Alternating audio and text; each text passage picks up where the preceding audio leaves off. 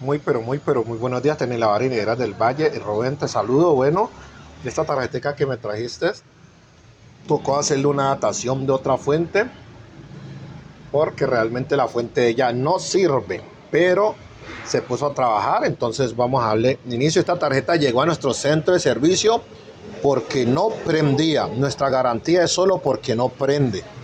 Listo, entonces para pues tener eso en cuenta, ya por varios hechos que nos han pasado y que la tarjeta la traen porque no prende y resulta que pues a los días se daña, un ejemplo, los giros del motor. Entonces ya eso no hace parte de la garantía porque eso es otro daño.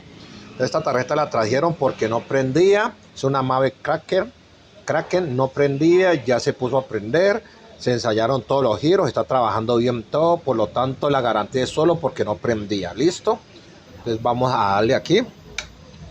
Aquí ya prendió el piloto y vamos a darle inicio. Listo, aquí ya prendió toda. Miren, ahí ya está trabajando totalmente toda. Vamos a apagarla para que ustedes vean. Y volvemos y la prendemos. Le damos inicio.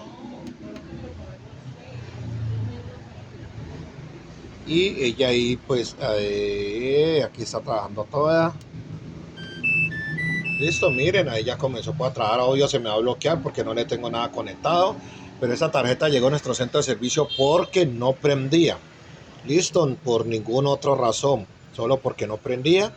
Entonces aquí pues estamos certificando que ya la tarjeta está prendiendo y que ya está trabajando. Y pues Rubén, puedes venir por ella. Y ya la apagamos. Teniladores y Neveras del Valle.